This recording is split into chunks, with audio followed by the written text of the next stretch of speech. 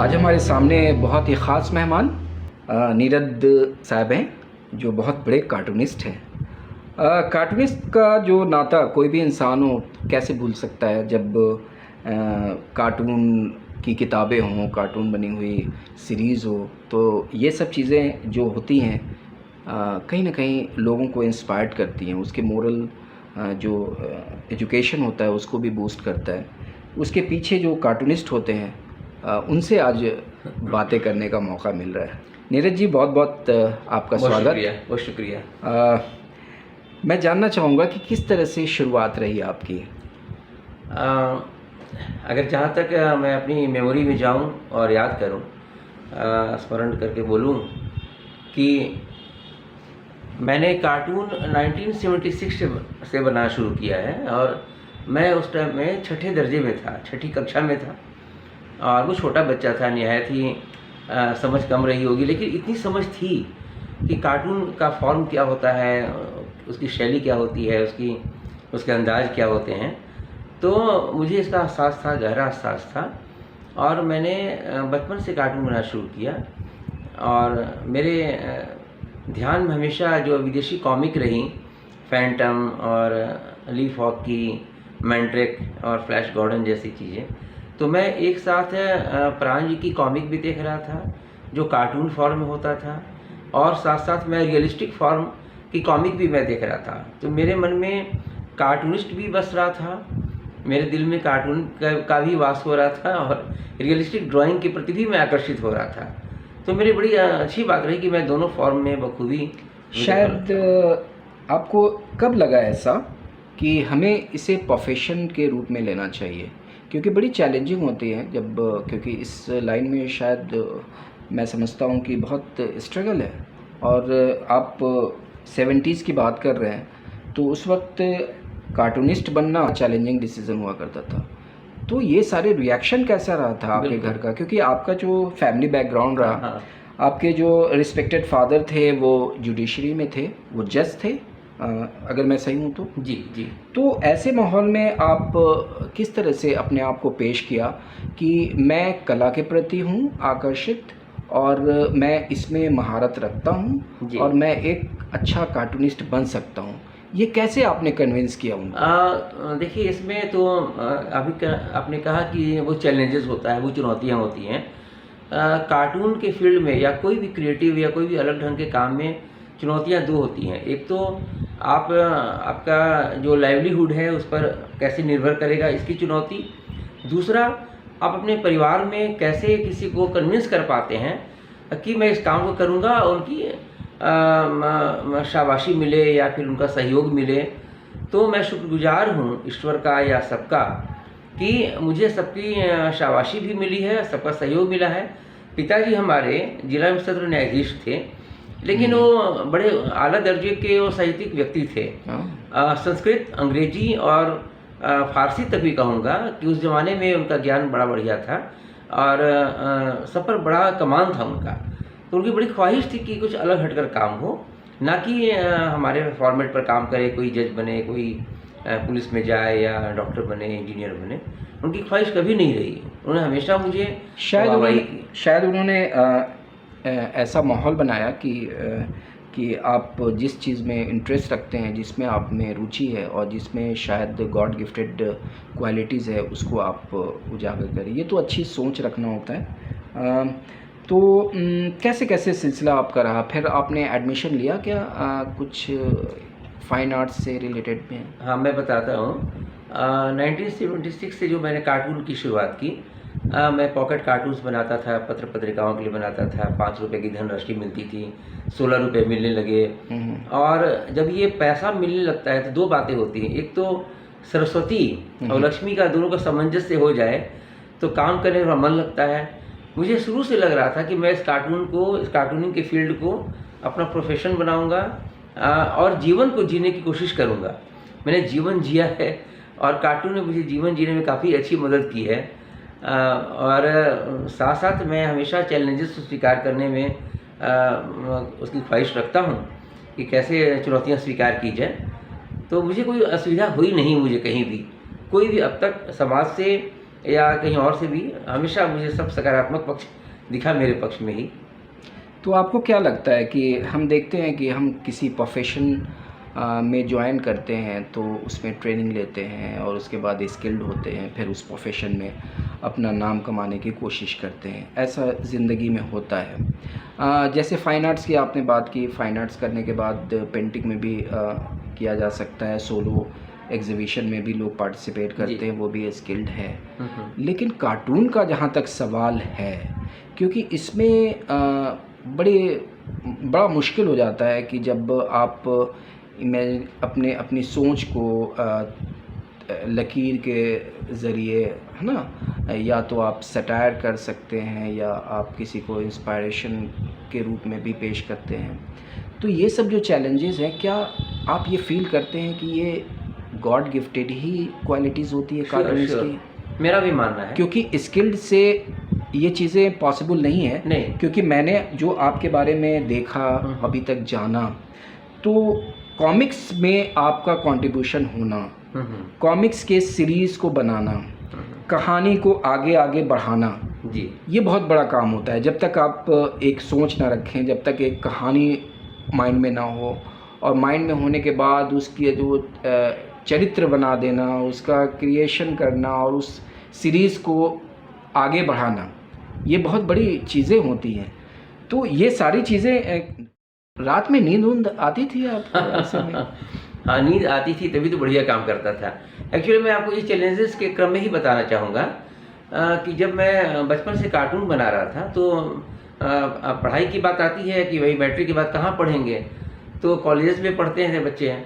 लेकिन मैंने कला एवं शिल्प महाविद्यालय को चुना। क्यों चुना कि एक तो मेरी कला निखरती जाए और मानी जाती रहे, लेकिन दूसरा पक्ष ये भी था कि मैं यहाँ पढ़ाई लिखाई करने से बचूंगा और बच कर के मैं अपने कार्टून बनाऊंगा। तो मुझे बड़ा अच्छा स्पेस मिला, बड़ा अच्छा अवसर मिला और मैं कार्टून बनाता गया। मुझे कहीं भी कोई असुविधा नहीं हुई और मेरे स्केचेस और मजबूत होते गए, उसका लाभ मिला है मुझे। लेकिन मैं बचपन से कर रहा था कि कॉलेज में आने के बाद मैंने कार्टूनिंग नहीं की। कार्टूनिंग मैं पहले से शुरू से करता रहा। तभी तो आपके सारे क्रिएशन में एक बहुत खूबी नज़र आती है। लगता है कि हाँ, ये ऐसे कार्टूनिस्ट का क्रिएशन है जो अद्भुत है। बहुत आपको अवार्ड से भी नवाजा गया। ये बहुत बड़ी बात होती है कि 2 लाख से ऊपर आपका इलस्ट्रेशन है अभी, और 200 से ज़्यादा कॉमिक्स क्रिएशन है। तो ये सब चीज़ें जो है, ये it's not possible without God gifted quality. तो ये सारी चीज़ें आप बनाए कहाँ किस कॉमिक्स सीरीज़ में आपने अपना कॉन्ट्रीब्यूशन दिया? मैं डायमंड कॉमिक्स में था, बाद में राज कॉमिक्स में आया और कोई और भी चित्रकथाएँ प्रकाशित होती रहीं। तो डायमंड कॉमिक्स में मेरी बच्चों के बीच काफ़ी पॉपुलर सीरीज़ें थीं। नाम आपको शायद पता भी हो, राजा इकबाल, लंबू मोटू, ताऊजी, चाचा भतीजा, फौलादी सिंह। नहीं, जो देख रहे हैं उनको बड़ी शायद अपना बचपन लोगों को याद आ जाए। वो सारी सीरीज़ कैरेक्टर जो है उसको आप रिपीट करें फिर से, जो डायमंड कॉमिक्स में थे, राज कॉमिक्स में थे, वो सारे। हाँ, लंबू मोटू, ताऊजी, राजन इकबाल, चाचा भतीजा, आलतू राम, फालतू राम, मामा भांजा। तो ऐसी कई श्रृंखलाएँ वहाँ कॉमिक श्रृंखलाएँ मेरी छपती थीं। और ऐसी श्रृंखलाओं की तकरीबन 200 पुस्तकबद्ध चित्रकथाएँ प्रकाशित हुई, सोलो कॉमिक बुक। उसके अलावा जितनी लीडिंग मैगजीन्स थी ऑलमोस्ट सब में मेरे कॉमिक स्ट्रिप्स आते थे, जो बच्चों के बीच और सबके बीच बहुत पॉपुलर हुआ करते थे। और महिलाओं के लिए भी अलग होती थी चीज़ें, पॉलिटिकल भी कभी होते थे, पॉलिटिकल बैकग्राउंड की चीज़ें लेकर के भी करते थे। तो बहुत सारी तमाम सीरीज़ें रही हैं। मतलब उनका इतने वर्षों में, 40-45 वर्षों में, तो काफ़ी लंबा चौड़ा नहीं, काफ़ी, क्योंकि मैंने आपके बारे में सारे जो रिसर्च किया, मैंने देखा, तो ये बहुत बड़ी बात होती है कि 2 lakh illustrations, it's not possible for a common people. वो ही कर सकता है जिसको गॉड गिफ्टेड हो, और वो वही कर सकता है जो इस फील्ड में एक स्थान रखता हो। क्योंकि ये सिर्फ कार्टून की भी बात नहीं है, इसके अलावा आपने बहुत सारे NGO में भी काम किया है। और वो किस NGO में आपने काम किया था? आपने यूनिसेफ में भी? जी। वो सारी चीज़ें बताएं। हाँ। मैं कॉमिक और पब्लिकेशन के अलावा यूनिसेफ है, world bank, save the children plan और बहुत सारी संस्थाएं, बड़ी बड़ी संस्थाएं, सरकार के बहुत सारे विभागों के लिए, सरकार की संस्थाओं के लिए इलस्ट्रेशन का काम किया। जैसे उनकी अवेयरनेस की चीज़ें होती हैं, जागरूकता संबंधी जो होती हैं बातें, उसको सपोर्ट करने के लिए, उसके कंटेंट को सपोर्ट करने के लिए चित्रांकन किए जाते हैं। और वो चित्रांकन रियलिस्टिक ड्राइंग में भी होते हैं, कार्टून यहाँ नहीं होता। चूँकि संजीदा बातें होती हैं, गंभीर बातें होती हैं, उनको व्यक्त करने के लिए, उसके अभिव्यक्ति के लिए रियलिस्टिक ड्राइंग में चीज़ें बनती हैं। तो ऐसे तकरीबन 2 लाख जो मैं कह रहा हूँ वो मेरे कंप्यूटर के रिकॉर्ड के हिसाब से है।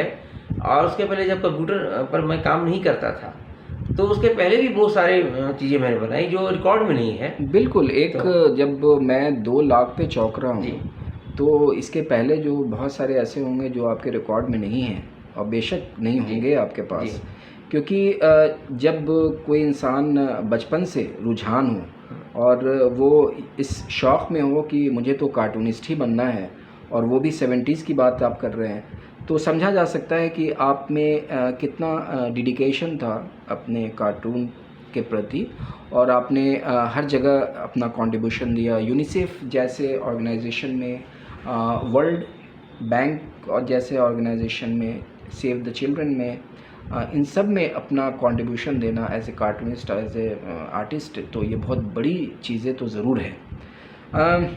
तो क्या डिफरेंस महसूस करते हैं जब आप एक कॉमिक्स कहानी के रूप में आते हैं, एक कैरेक्टर को आप डिफ़ाइन करते हैं, उसके ऊपर स्टोरी लिखते हैं, वो चेंज, और एक ऐसे ऑर्गेनाइजेशन में काम करके जहाँ पे एक ग्लोबली एक्सपोजर मिलता है, तो ये चैलेंजेस एज ए कार्टूनिस्ट आप क्या फील करते हैं इसमें?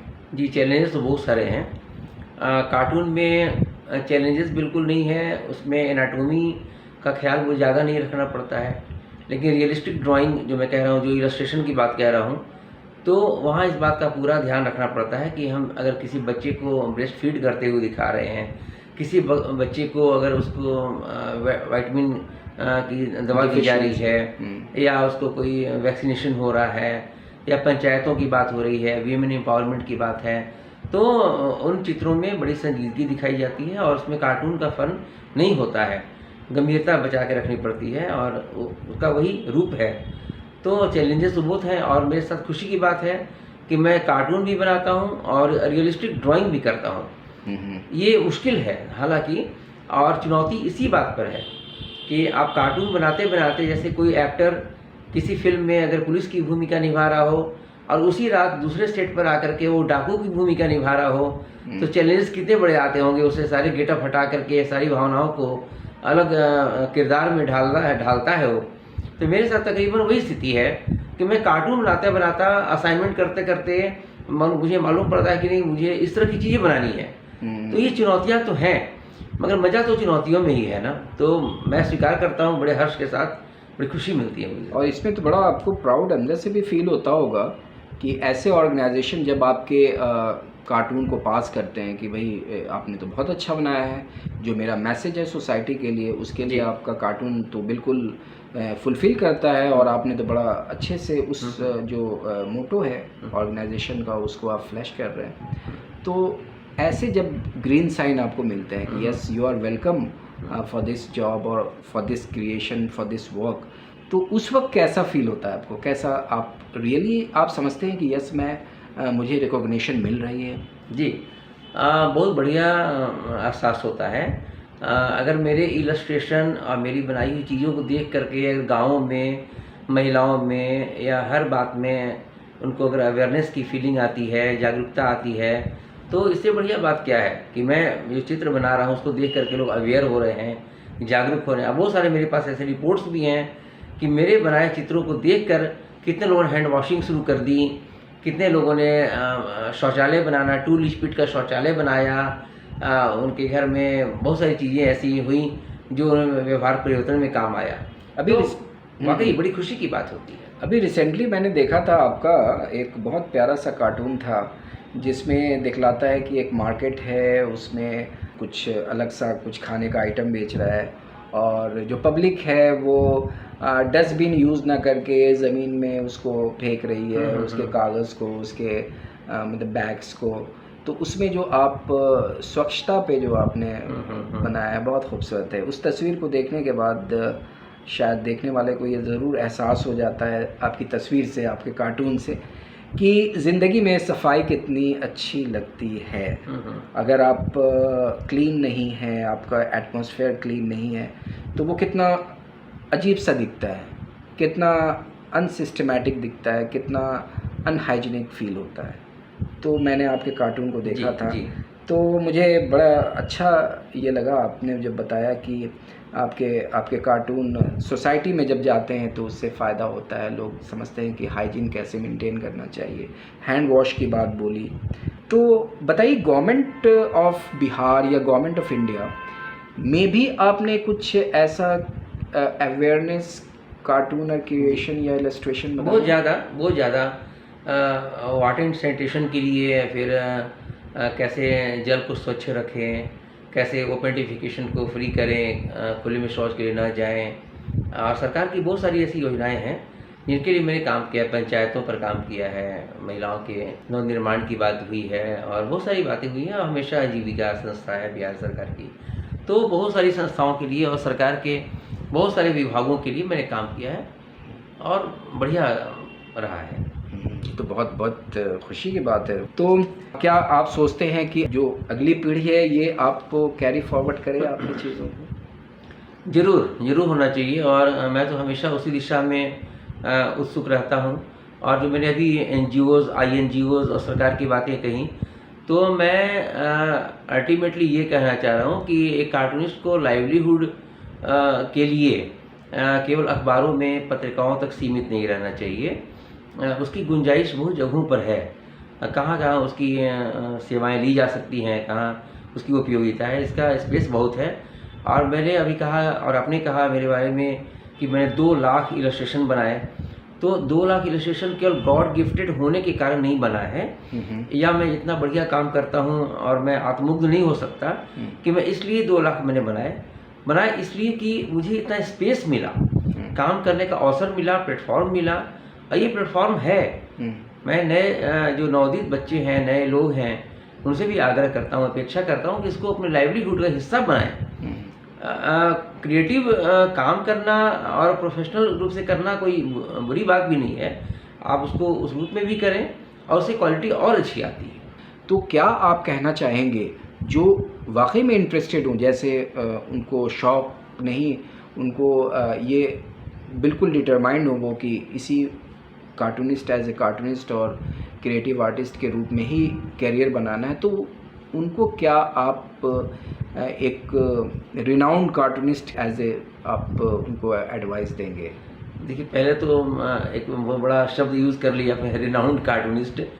और देखिए, जो नए लोग हैं, नए बच्चे हैं, उनसे आग्रह बस यही करना होगा कि धैर्य रखना होगा। ये बहुत लाजिमी है ये। अधीर न हो, धैर्य रखें, समय लगता है। आप अगर किसी भी पढ़ाई में भी हैं तो वहाँ भी तो अधीर नहीं होना पड़ता है। किसी भी शिक्षा में, किसी और प्रोफेशन में भी जाना है तो वहाँ भी समय लगेगा। और इसमें समय लगना, आप हमेशा अपना इतिहास लिखते हैं यहाँ ये समझना पड़ेगा कि आप केवल जीवन नहीं जीते, हर दिन आपकी बात रखी जा रही है और कल वो उसकी बात होगी। तो इसका ध्यान रख करके, थोड़ा धैर्य रख करके काम करना पड़ेगा। कोई मुश्किल डगर नहीं है, थोड़ा सा संभल कर चलेगा। अच्छा, कार्टूनिस्ट तो बड़े कभी कभी कुछ ऐसे कार्टूनिस्ट आ जाते हैं जो थोड़ा सोसाइटी में बड़ा प्रॉब्लम क्रिएट कर देते हैं, उनके कार्टून। तो आप क्या कहना चाहेंगे कि एक कार्टूनिस्ट को क्या क्या जिम्मेदारियां होनी चाहिए? हाँ, कि उसकी क्या लिमिटेशंस होती हैं सोसाइटी? बिल्कुल होनी चाहिए।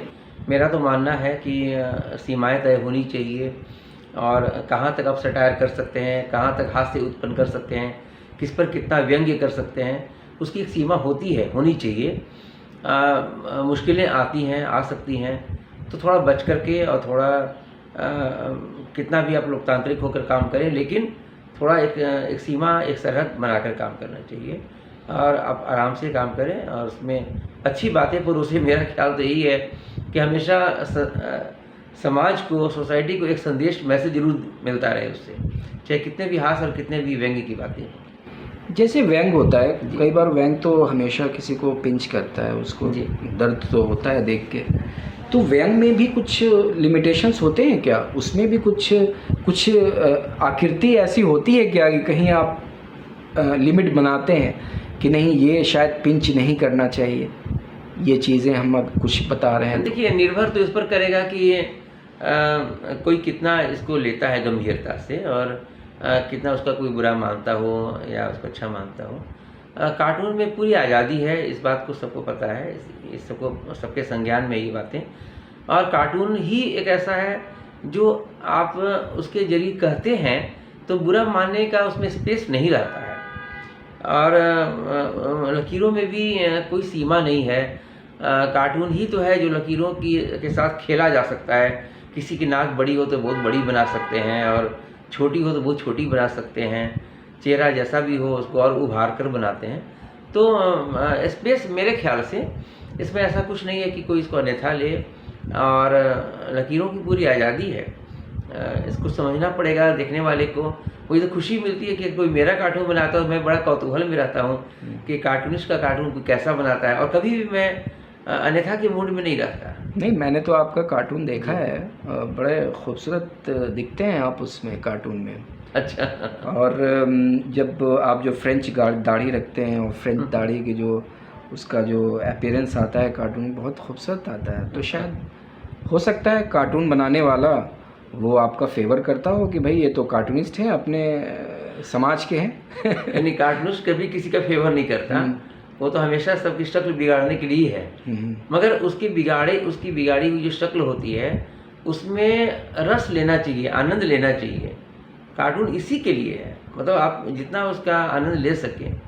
कोई किसी का नहीं बिगाड़ सकता है, और बिगाड़ेगा चरित्र नहीं बिगड़ेगा, कार्टून का कैरेक्टर बिगड़ेगा, उसकी लकीरें बिगड़ करके आपके चरित्र को नहीं बर्बाद करती है। इसका ख्याल रखना चाहिए। एज ए कार्टूनिस्ट आपने एक मुकाम बनाया, एक ऐसा मुकाम बनाया कि कई लोग ऐसे होते हैं जो देख के बोल देते हैं कि ये नीरज दी का कार्टून है। तो ये बहुत बड़ी एक रिकॉग्निशन है आपके। ये सारी चीज़ें जब इस मुकाम तक हैं आप, तो उस वक्त जब आपने सोचा था कि मैं कार्टूनिस्ट, एज ए कार्टूनिस्ट अपने करियर को आगे बनाऊंगा, तो आपके जो इंस्पायरेशन किसका था? किस कार्टूनिस्ट को आप ये कहते थे कि यार मैं इस तरह से बन जाऊं, या मैं इस तरह से क्यों ना बन सकता हूं? तो वो उस वक्त कौन से ऐसे कार्टूनिस्ट थे जिनके कार्टून ने आपको इंस्पायर्ड किया? जी, एक बड़े प्रख्यात कार्टूनिस्ट थे, उनका नाम था शेहाब। मुंबई में रहते थे और बहुत ही प्रख्यात कार्टूनिस्ट थे। और उनकी फेमस कॉमिक थी छोटू लंबू, और वो पराग में प्रकाशित होती थी। कहीं ना कहीं उनके कैरेक्टर डिज़ाइन का मुझ पर उसका असर हुआ, और हालांकि मैंने बाद में अपनी उसमें शैली विकसित की, और उनकी शैली जो मुझ में आई हुई थी, जो इंस्पायर होकर मैंने शुरू किया था, वो बैकग्राउंड में चली जाती रही और मेरी शैली अपनी बनती गई। अच्छा, ये बताइए कि जब कार्टून की बातें होती हैं तो प्राण जी को कैसे भूला जा सकता है? वो भी, उन्होंने भी एक क्रिएशन किया था, चाचा चौधरी। तो क्या कभी आपका मौका मिला कि प्राण जी से भी मिलने का आपका मौका कभी हुआ? भाई, प्राण जी को कैसे भूला जा सकता है? हमारे प्राण है, हमारे फील्ड के। प्राण साहब के साथ मैंने काम भी किया है, और हमारे वो सीनियर रहे हैं। वो उनका जन्म 15 अगस्त को हुआ है, मेरा जन्म भी 15 अगस्त को। और मैं उनसे जब नारायण विहार नई दिल्ली में जब मिला था पहली मर्तबा, तो कितना बचपना था उनमें, वो मुझे अभी भी याद है। जी जी। उन्होंने अब अलमीरे से एक एक कटिंग को निकालकर, संग्रहों को निकालकर मुझे दिखाया कि नीरज देखो, मेरी छपी ये चीज़ें हैं, ये तमिल में छपी हैं, अंग्रेजी में छपी हैं, दूसरे देशों में हमारी चीज़ें छपी हैं, देखो देखो। तो ये बड़ा सुहाना लगता है, वो सुखद होता है कि इतना बड़ा कार्टूनिस्ट कोई अपनी चीज़ों को कितना बचपने से दिखा रहा हो।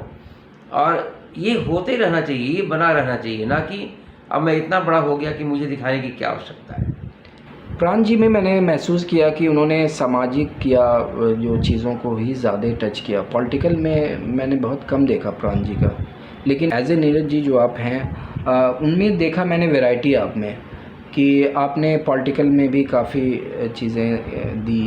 आपकी जो कॉमिक्स है, डायमंड कॉमिक्स, राज कॉमिक्स में जो कैरेक्टर्स हैं वो बहुत डिफरेंट हैं, कहीं ना कहीं कंपटीशन देने वाले। जब उस ज़माने में जो रीडर थे, चाचा चौधरी को पढ़ते पढ़ते सोचते कि यार को थोड़ा डिफरेंट टेस्ट चाहिए, तो वो डायमंड कॉमिक्स की तरफ भागते थे, राज कॉमिक्स की तरफ आपका क्रिएशन जो था वो सारी चीज़ें। तो ऐसा क्या लगा प्राण जी में कि वो पॉलिटिकल नहीं करते थे, वो एक कैरेक्टर को ही आगे बढ़ाते चले गए? नहीं, कार्टून में भी दो विधाएं हैं, दो उप विधाएं हैं, एक पॉलिटिकल, एक सोशल। जो पॉलिटिकल है, जैसे आर के लक्ष्मण थे, अबू अब्राहम थे, रंगा थे, सुधीर तेलंग, सुधीर दर, शंकर, बहुत सारे जो कार्टूनिस्ट थे रहे पहले और अभी तक, तो उनकी विधा ही रही पॉलिटिकल कार्टून की। और प्राण साहब थे, शिहाब जी हैं, आबिद सुरती हैं, सुखवंत कलसी हैं, बहुत सारे जो नामी कार्टूनिस्ट हैं जो हमसे सीनियर हैं, जो हमारे समानांतर हैं, उन्होंने अपनी विधा सोशल कार्टूनिंग ही रखी, पॉलिटिकल उन्होंने की ही नहीं।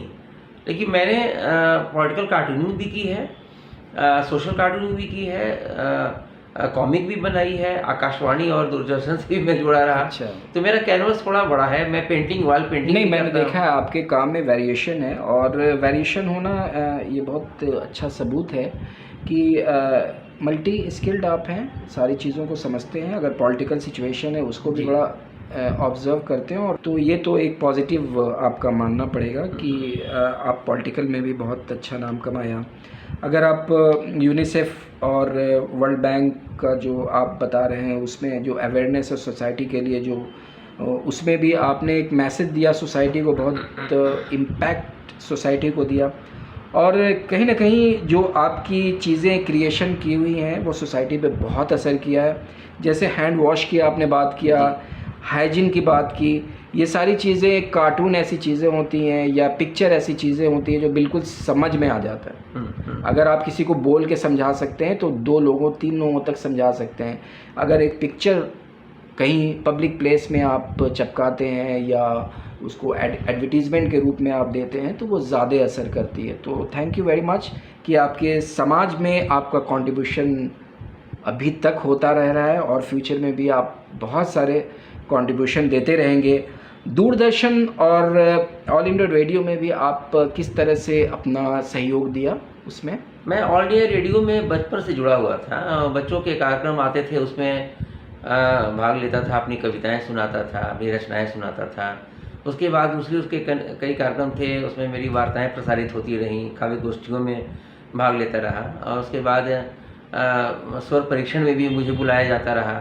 दूरदर्शन में मैं ग्राफिक डिज़ाइनर के रूप में भी काम कर चुका हूँ। दूरदर्शन जब पटना लॉन्च हुआ था तो दूरदर्शन को संभालने के लिए मैं ही था, उसकी सारी डिज़ाइनिंग मैं ही करता था। तो उनके सबसे मेरा जुड़ाव रहा है, माइक्रोफोन और कैमरा मेरे हमेशा करीब में रहा है, तो मुझे असुविधा नहीं हुई, हमेशा काम करता रहा उनके साथ भी। एक्सपोजर आपका ज़बरदस्त हमेशा मिलता रहा। ये तो बहुत बड़ी बात है। और बहुत पहले जब कॉमिक्स आया करती थी, लोग दीवाने थे, बुक स्टॉल जाते थे, ख़रीद के लाते थे और एक हाथ से दूसरे हाथ तक जाता रहता था। एक क्रेज़ीनेस रहता था, चाहे जो किसी भी उम्र का कोई इंसान हो, वो कहता था कि मुझे पढ़ के देना यार, मुझे ना, उसमें अलग सी एनर्जी मिलती थी।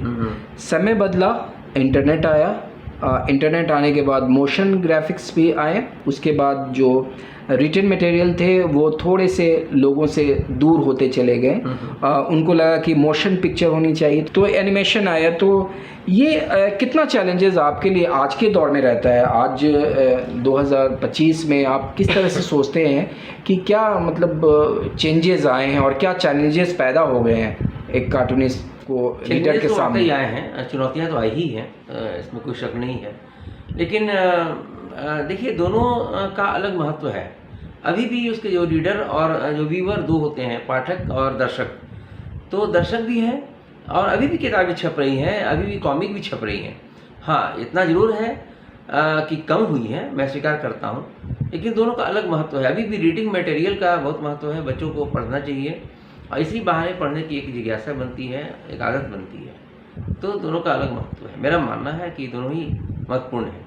इतना नाम कमा लेने के बाद इतना पोजीशन पा लेने के बाद जब आपके कार्टून बच्चे पढ़ते हैं, लोग देखते हैं, लोग सोसाइटी में भी देखते हैं आपके एडवर्टीज़मेंट जो आपका क्रिएशन होता है, और वो पहचान नहीं पाते, और जब वो देखते हैं कहते हैं बड़ा अच्छा लिखा हुआ है या अच्छा बना हुआ है, तो उस वक्त आपको कैसा लगता है कि बोलूं कि ये तो मैंने ही बनाया है? हाँ, मैं इसका एक वाकया सुना रहा हूँ, थोड़ा बता रहा हूँ कि एक बार मैं ट्रेन में सफ़र कर रहा था, यात्रा कर रहा था, और वो छोटा था, मैं करीब वही 10 वर्षों का तकरीबन रहा हूँगा मैं।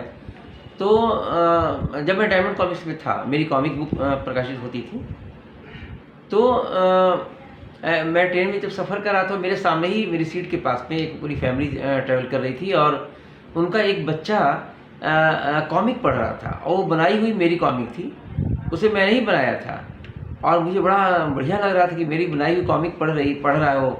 मैंने उनके फादर से कहा, बच्चे के फादर से, कि ये मैंने ही बनाया है। तो उनको तो सहसा विश्वास ही नहीं हुआ कि अच्छा ये आपने बनाया है, तुमने बनाया है, और इस तरह के संबोधन उनको थोड़ा सा अजूबा लगा कि कैसे मेरा ही इसी उम्र का बच्चा पढ़ रहा है, इसी उम्र का बच्चा इसमें बनाया भी है। तो इस तरह का सुख तो मिलता ही है, बड़ी खुशी मिलती है कि आप ही चीज़ें कोई पढ़ रहा हो और आपके ऑटोग्राफ ले रहे हो, आपके साथ फ़ोटो खिंचाना चाह रहे हो। तो देखिए, इसमें उस खुशी की तलाश होती है कि मैंने कहीं कुछ काम किया है, उसकी पहचान बनी है। हमारे फादर भी इसी बात से बहुत खुश होते थे कि उनके सामने में जब हमारे टाइम्स ऑफ इंडिया की एक रिपोर्टर हमारे घर पर पहुंच गई और उन्होंने कहा कि नीरज जी का घर यही है, तो फादर ने कहा कि हाँ, तो आप उनके फादर हैं। तो फादर को इससे इतनी बड़ी खुशी मिली कि मेरे बेटे से मेरी पहचान हो रही है। मैं लाख चाहे डिस्ट्रिक्ट सेशन जज रहा हूँ, न्यायविद रहा हूँ और सब कुछ रहा हूँ, कि मेरे बेटे से मेरी पहचान हो रही है। ये खुशी की बात वाकई है, मैं तो महसूस करता हूँ। मुझे लगा कि ऐसे पर्सन से ज़रूर मिलना चाहिए जो पर्दे के पीछे रहते हैं, लेकिन उनके जो काम होते हैं वो लोगों पे असर करते हैं। और कार्टून ऐसी चीज़ होती है जिसमें आप एक मोरल वैल्यूज़ भी आप शामिल करते हैं, उसमें आप मैनर्स दिखलाते हैं, उसमें आप मैसेज देने की कोशिश करते हैं।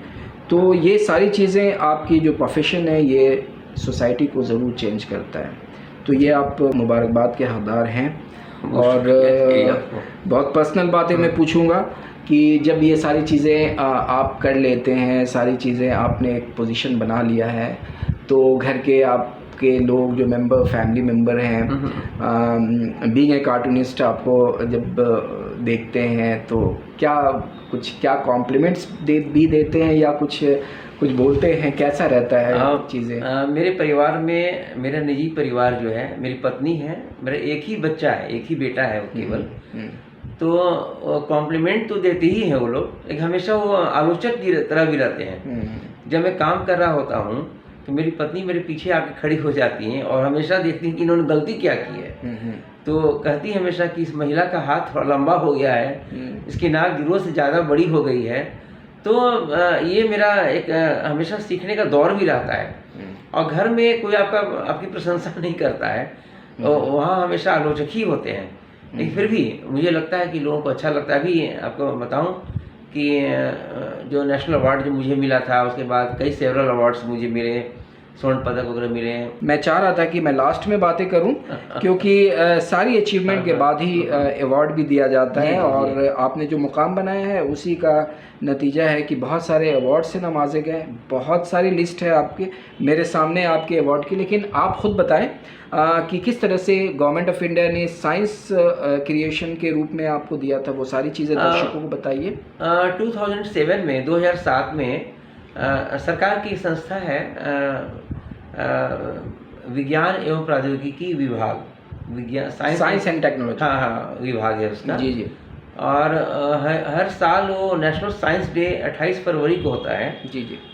सीवी रामन जी के रामन इफेक्ट्स जो उनका शोध था उस दिन पूरा हुआ था। अच्छा अच्छा। तो उस अवसर पर वो आयोजित होता है और नेशनल अवार्ड दिए जाते हैं जो साइंस कम्युनिकेटर लोगों को, जो विज्ञान संचार में अच्छा काम करते हैं। तो मैंने काफ़ी काम किया हुआ था, और इसलिए नहीं कि मुझे नेशनल अवार्ड पाना था या मुझे नेशनल अवार्ड की कोई जानकारी भी नहीं थी। मैं इतना काम ही कर रहा था, हमेशा कॉमिक बना रहा था बच्चों के बीच अवेयरनेस की, विज्ञान से जुड़ी हुई भ्रांतियों को ख़त्म करने की, अंधविश्वासों को ख़त्म करने की। तो मैंने काफ़ी काम किया है। तो मुझे 2007 में नेशनल अवार्ड मिला, और जबकि मेरा साइंस का कोई बैकग्राउंड नहीं है, मैंने तो आर्ट्स की पढ़ाई भी नहीं की है, मैंने फाइन आर्ट्स की पढ़ाई की है। उस वक्त भी आप इस चीज़ों को इमेजिनेशन करते थे या रियलिटी में उस चीज़ों को कैसे आप अपने कार्टून से व्यक्त करते थे? देखिए, एक आर्टिस्ट या कोई भी कार्टूनिस्ट जब भी देखता है कहीं कुछ भी, मैं आप ही को देख रहा हूँ, या दीवारों को देख रहा हूँ, खिड़कियों को देखता हूँ, हेलीकॉप्टर देख रहा हूँ, स्टेन गन देख रहा हूँ, कुछ भी देख रहा हूँ, टेबल कुर्सी कुछ भी देखता हूँ, मैं उसको ऑब्जर्व करता हूँ। और इमेजिनेशन जो होता है हमारा, वो देखी हुई चीज़ों पर ही इमेजिनेशन होता है। हमने जो चीज़ देखी तो उसको इमेजिन करते हैं और कैसा बन के आएगा, तो उसी के आधार पर होता है काम। तो साइंस की बात हो या किसी भी फील्ड की बात हो, हम अपनी कल्पनाओं को वहाँ तक ले जाते हैं, और वो कल्पनाएं उन पर आधारित होती है जो हमने देखा सुना हुआ है, तो उसी पर वो काम करता है। सही है, बहुत बहुत मुबारक आपका जो समाज में कंट्रीब्यूशन है, समाज को आप जो अवेयर करते हैं, और जिस तरह से गवर्नमेंट ऑफ इंडिया ने भी आपको नवाजा है, ये वाकई में बहुत प्राउड मोमेंट होता है सबके लिए, और आपके फैमिली मेम्बर्स के लिए भी ज़रूर हुआ होगा ये सारी चीज़ें, और आपको ख़ुद एक एनर्जी मिलती होगी कि एक और भी नया कुछ करें और ख़ूबसूरत काम करते चले। तो नीरज साहब को मैं जाते जाते आप दर्शकों को ये ज़रूर बताइए कि ऐसे कोई 2-3 कैरेक्टर बताइए जिसको ये समझा जाए कि ये नीरज जी के क्रिएशन हैं। जी, मेरी क्रिएशन सबसे बड़ी रही और काफ़ी समय तक चली। उसका नाम है, कैरेक्टर का नाम है करामाती मीकू।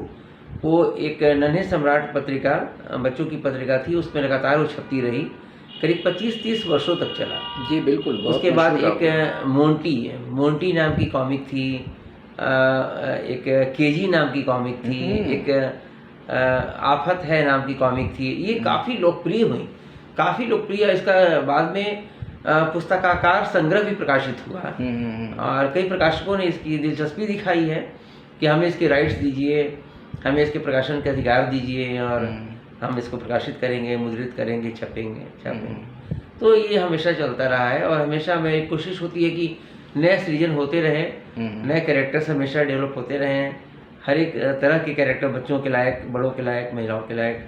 तो ये तो मेरी पूरी दुनिया ही है, अनंत है, काम चलता ही रहता है निरंतर। बिल्कुल, बहुत बहुत मुबारक। और जो आपको देख रहे हैं वो अब महसूस करते होंगे जिस कैरेक्टर का आपने नाम लिया, अब पता चलता होगा कि ये जो सामने है शख्स, यही उनके क्रिएटर हैं, उसी कैरेक्टर की जो क्रिएशन के जो सारे करता धरता जो हैं वही नीरज साहब हैं। कुछ ऐसी बातें जो बोलना चाहें जाते जाते लोगों को जो आपको सुन रहे देख रहे हैं? जरूर बोलना चाहूँगा कि कार्टून पढ़ें, कार्टून को देख करके खुश हों, हंसें, और उसका लुत्फ़ उठाएं, मज़ा लें, और उसमें कहीं भी कोई गुंजाइश ऐसी न छोड़ी हुई पाएँ, या आप उसमें गुंजाइश न बनाएं जिससे आपको बुरा लगे, दुख पहुँचे। वो आपके दुख के लिए है भी नहीं, वो आपको देने के लिए खुशी देती है, खुशी देने के लिए होता है। तो उसका ख्याल रख करके उसको हमेशा पढ़ें। बहुत बहुत शुक्रिया। ये बहुत अच्छा मैसेज कि कार्टून अगर दिया जाता है तो वो आपको अवेयर करने के लिए होता है, कहीं ना कहीं सोसाइटी के अच्छी चीज़ों को दिखलाने के लिए होता है, कहीं ना कहीं अवेयर सोसाइटी को कराने के लिए भी होता है, कहीं ना कहीं सोसाइटी में जो गलत हो रहा है उसको भी दिखाने का काम एक कार्टूनिस्ट करता है, और बहुत बड़ी जिम्मेदारी है। और ये ज़िम्मेदारी में लिमिटेशंस भी हैं, उस लिमिटेशन का भी पालन करना पड़ता है। और आप जैसे कार्टूनिस्ट को बहुत बहुत सलाम, जो समाज में इतना खूबसूरत क्रिएशन करते हैं और समाज को रोशनी दिखलाते हैं, और ताज्जुब भी कराते हैं जब मुलाकात होती है आपसे लोगों की, और पता चलता है कि आप वही शख्स हैं जिन्होंने इतने सारी खूबियों के मालिक हैं और जितने सारे सोसाइटी को अवेयर करा है। बहुत बहुत शुक्रिया, आपने हमारे लिए वक्त निकाला और इतने अच्छी अच्छी बातें निकाले। समय कम है लेकिन बहुत प्यार से, बहुत अच्छे तरीक़े से, अच्छे शब्दों में आपने बड़ी समेटने की कोशिश की। आपका बहुत बहुत धन्यवाद। बहुत शुक्रिया, बहुत शुक्रिया।